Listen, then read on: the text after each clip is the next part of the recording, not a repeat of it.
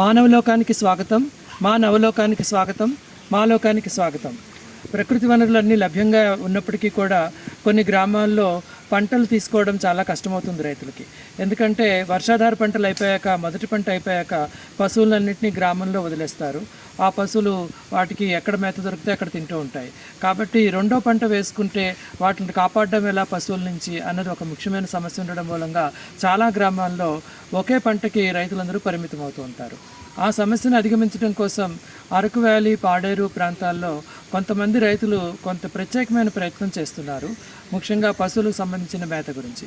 అదేమిటి తెలుసుకుందాం పదండి. నమస్తే. నమస్తే సార్. మీ పరిచయం చేసుకుంటారా? మీ పేరు? ఓకే సార్, నా పేరు కొర్రపండన సారు, ఇది డుమ్రిగూడ మండలము. ఇప్పుడు మనం వెనకాల ఉన్న ఈ గడ్డి పెద్ద పొదలా ఉన్నది, నిలువెత్తు పెరిగింది. దీని గురించి చెప్తారా? ఈ ప్రయోగం ఏమిటి దీని? సార్, ఈ గడ్డి అన్నది దాదాపు ఇప్పటికి 3-4 సంవత్సరాల వరకు ఈ ఏరియాలోనే మేము వేసుకుంటున్నాం సార్. ఒకప్పుడు ఏం చేసేవాళ్ళంటే మాకు పశువులు ఉంటాయి సార్, ప్రతి కుటుంబానికి మాకు పశువులు లేకపోతే మాకు వ్యవసాయం లేదు సార్. కాబట్టి పశువులు ఇంటికి 2 నుంచి 4, 5 వరకు ఉంటాయి సార్. ఆ పశువులు మేపడానికి కోసం మేము అడవికి తీసుకెళ్ళిపోయి మేపించేవారు. కాకపోతే మరి ఆలోచించి ప్రత్యేకించి ఒక పశువులకి ఒక మనిషి ఉండేవాడు సార్. ఆ తరుణంలో మాకు ఆలోచన వచ్చి ఈ నేపలం గడ్డిలో మేము వేసుకున్నందుకు ఇప్పుడు ఏమవుతుందంటే సార్, మా భూమిలో మేము మరి పశువులకి ఈ గడ్డి కోసి పెట్టేసి మళ్ళీ మేము వ్యవసాయం చేయడానికి కూడా మాకు పనికి వస్తుంది సార్. అది టైం మాకు కలిసి వచ్చింది. కాబట్టి ఎండాకాలంలో కూడా చూడండి సార్, ఇప్పుడు గడ్డి ఇది పచ్చగానే ఉంది. ఇప్పుడు ఇక్కడ వ్యవసాయం అని చెబితే వ్యవసాయం తీసిన తర్వాత మాకు ఎండుగడ్డి పశువులు దొరుకుతుంది తప్ప పచ్చగడ్డి మనకు దొరకదు సార్. అలాంటి తరంలో ఈ గడ్డి పెంచుకోవడం వల్ల మా పశువులు కూడా చాలా ఉపయోగం వచ్చింది. ఏడాది పొడుగుదా మీకు ఇప్పుడు పచ్చగడ్డి ఏడాది సంవత్సరం అంతా పచ్చగడ్డి మాకు దొరుకుతుంది సార్. పశువులు కూడా మంచిగా మేము పెట్టేసుకొని అవి ఇప్పుడు కట్టేసుకొని ఈ గడ్డి కొని పడేస్తే మేము విత్తలు మళ్ళీ వ్యవసాయం చేసుకోవడానికి వేరే పనులు చేసుకోవడానికి వస్తుంది.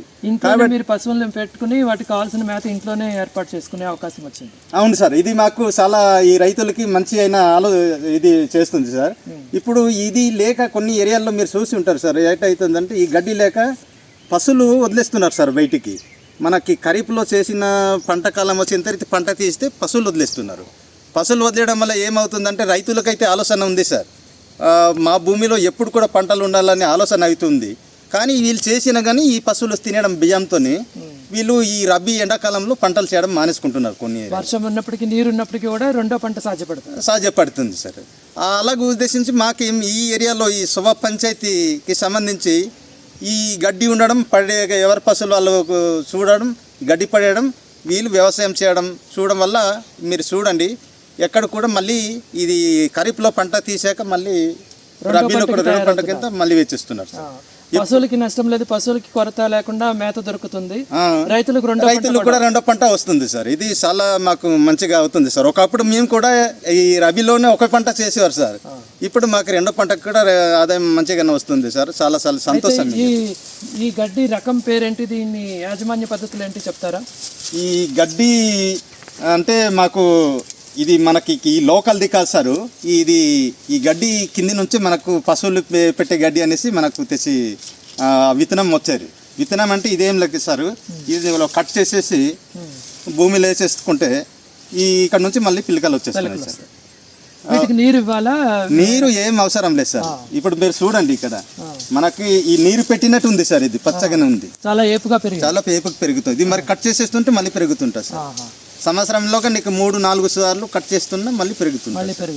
దీనికి ప్రత్యేకంగా నీరు ఇవ్వడం ఏం అవసరం లేదు. చీడపీడలు ఏమైనా పడతాయా? ఏం రావు సార్. మీరు చూడండి, ఎక్కడైనా ఒక పురుగు కానీ ఏం కానీ వచ్చిందా? ఏం లేదు.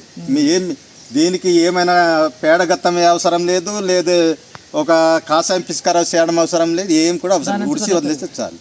అది దీన్ని వేయడం మూలంగా పశువులకి ఆరోగ్యంలో కానీ పశువుల ఉత్పత్తిలో ఏమైనా మార్పులు వచ్చాయా? మార్పులు వచ్చాయి సార్. మనకు ఎండుగడ్డి తినడం వల్ల మనకు పశువులు అయితే ఒకప్పుడు ఎండాకాలం వస్తే డొక్కు బక్కగా కనిపించాయి.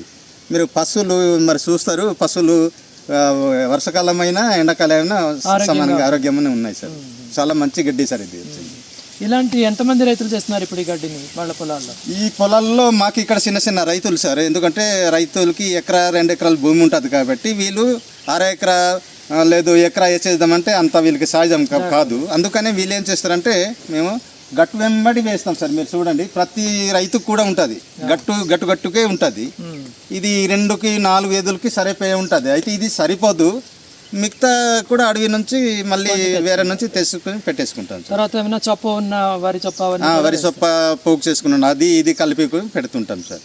ఇంచుమించు గ్రామంలో ఎంతమంది రైతులు 100%లో ఎంతమంది రైతులు ఎంత శాతం రైతులు దీన్ని పెట్టుకుంటూ ఉండొచ్చు? సుమారు నీకు 100కి 75% మంది రైతులకే ఉంటుంది సార్. ఇది పాటిస్తున్నా సార్. నెక్స్ట్ 100కి వెళ్ళిపోతుంది సార్. ఇది ఎందుకంటే చాలా మంచిది సార్. పశువులు ఉన్నవాడికి ప్రతి వాడు కూడా ఈ గడ్డి ఉండాలి సార్.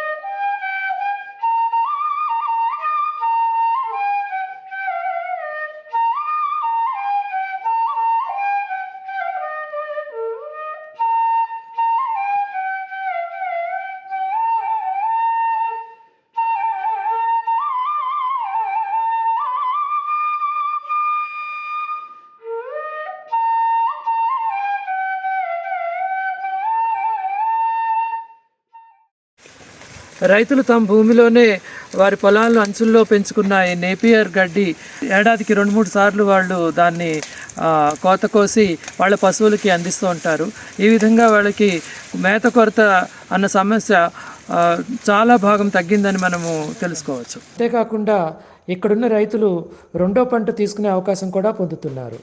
ప్రతి రైతు తన దగ్గర ఉన్న పశువులకి కావలసిన మేతని, గడ్డిని తన పొలంలోనే పెంచుకోవడం మూలంగా మేత కొరత తగ్గడంతో పాటు పశువులు ఇంటి దగ్గరే ఉండే అవకాశం, సమయం పెరిగాయి. అందువల్ల చాలామంది రైతులు వర్షాకాలం పంటతో పాటు 2వ పంట ఖరీఫ్, రబీ 2 తీసుకోగలుగుతున్నారు.